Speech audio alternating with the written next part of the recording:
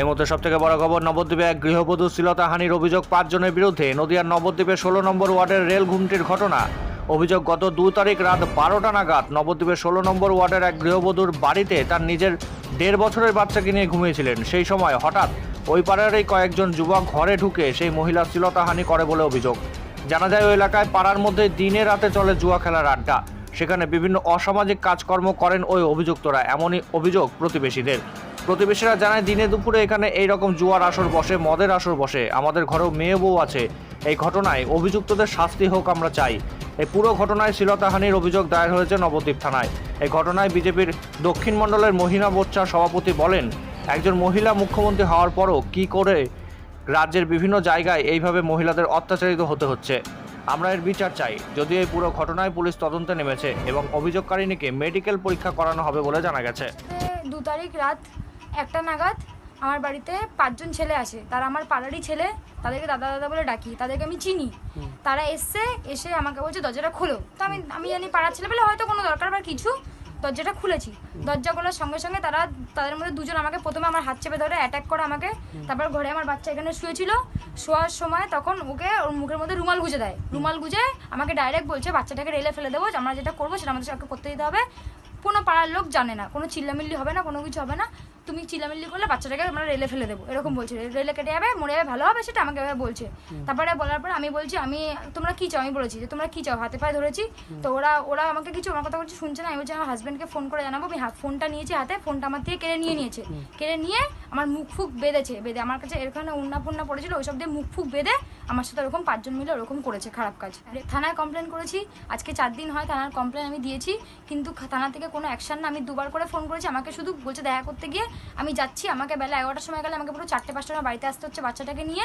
হ্যাঁ, আমার কোনো অ্যাকশন হচ্ছে না, কোনো কিছু না। তারা এখানে ঘুরে বেড়াচ্ছে, তারা আমাকে মানে কন্টিনিউ ফোন করে থ্রেট দিচ্ছে যে আমার বাচ্চাকে খুন করবে, আমার হাজব্যান্ডকে মারবে, সাথে আমাকেও মারবে, এই কেসটা তুলে নিতে। কিন্তু আমি এই কেস তুলবো না, আমি এটার বিচার চাই। যারা ছিল তাদের আপনি চেনেন? হ্যাঁ, আমি চিনি তাদের। তাদের নাম কি?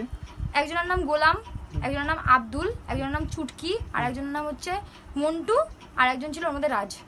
আচ্ছা, এটা সবাইকে আপনার পাড়ার লোকই? হ্যাঁ, এটা আমার পাড়ার লোকই। আচ্ছা। হ্যাঁ, আমার বাড়ির পেছনে হচ্ছে জুয়া খেলা হয়। আচ্ছা। এখানে জুয়া খেলা হয়, আর আমাদের এখানে মাঠেও জুয়া খেলা হয়।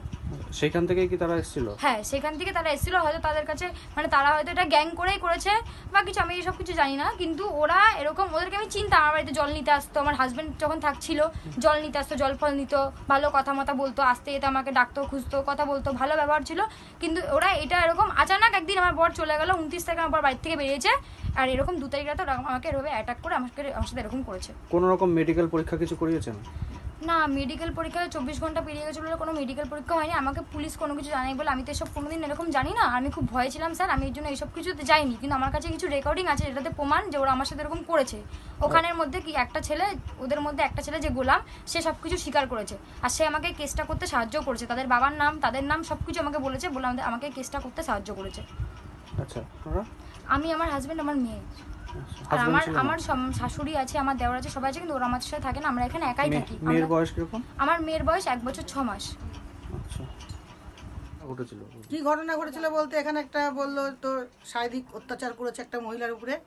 এইখানে বসে জুয়োর আড্ডা, ওখানে বসে জুয়োর আড্ডা, এই মাঠটার মধ্যে এখানে। এইবার আমরা তাহলে সুরক্ষা কোথায়? এবার আমরা এই সুরক্ষার জন্য সবার বিনীত অনুরোধ করছি যেন এর বিচার হয়।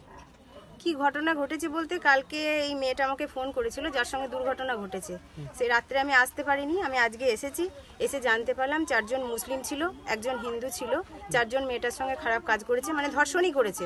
তার মেয়েকে ভয় দেখিয়ে এই কাণ্ডটা করেছে। এবার পিছনে এখানে জানতে পারলাম, মহিলারা বলল যে এখানে জোর বোর্ড চলে। এবার আমরা চাইছি, ওই মেয়েটাও আমার কাছে কান্নাকাটি করছে যে প্রশাসনের সাহায্য নিয়েও প্রশাসন কোনো রকম আমাদেরকে সাহায্য করেনি। আর আমি এটা ব্যক্তিগতভাবে চাইছি, মহিলাদেরও বক্তব্য, যে রাজ্যের মুখ্যমন্ত্রী একজন মহিলা হয়ে আমরা কোনো বিচার পাবো না কেন? ধর্ষণের পর ধর্ষণ হচ্ছে, মহিলাদের উপর এত অত্যাচার হচ্ছে। আমরা চাই এর এই 4 জন যে মুসলিম আছে আর 1 জন হিন্দু আছে এর সঙ্গে, এদের যেন শাস্তি হয়।